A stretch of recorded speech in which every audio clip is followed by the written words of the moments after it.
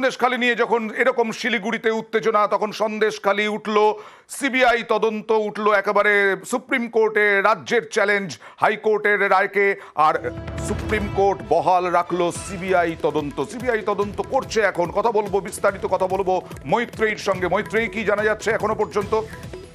দেখো, রাজ্যের তরফ থেকে আবেদন করা হয়েছিল যে সিবিআই তদন্ত, অর্থাৎ ইডি অফিসারদের বিদ্রোহের মামলায় যে সিবিআই তদন্তের নির্দেশ দিয়েছে কলকাতা হাইকোর্ট, সেই মামলার পরিপ্রেক্ষিতে সিবিআই তদন্তের নির্দেশ হাইকোর্টের তরফ থেকে দেওয়া হয়েছে এবং সেই সিবিআই তদন্তের বিরুদ্ধে সুপ্রিম কোর্টে আজকে আবেদন জানিয়েছিল রাজ্য, এবং সেই মামলাটি কিন্তু খারিজ করে দিয়েছে সুপ্রিম কোর্ট এবং তারা হাইকোর্টের যে রায়, সেই রায়কে বহাল রেখেছে।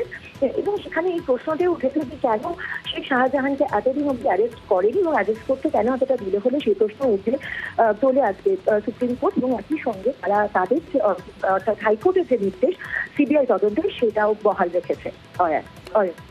ধন্যবাদ মৈত্রেয়ী।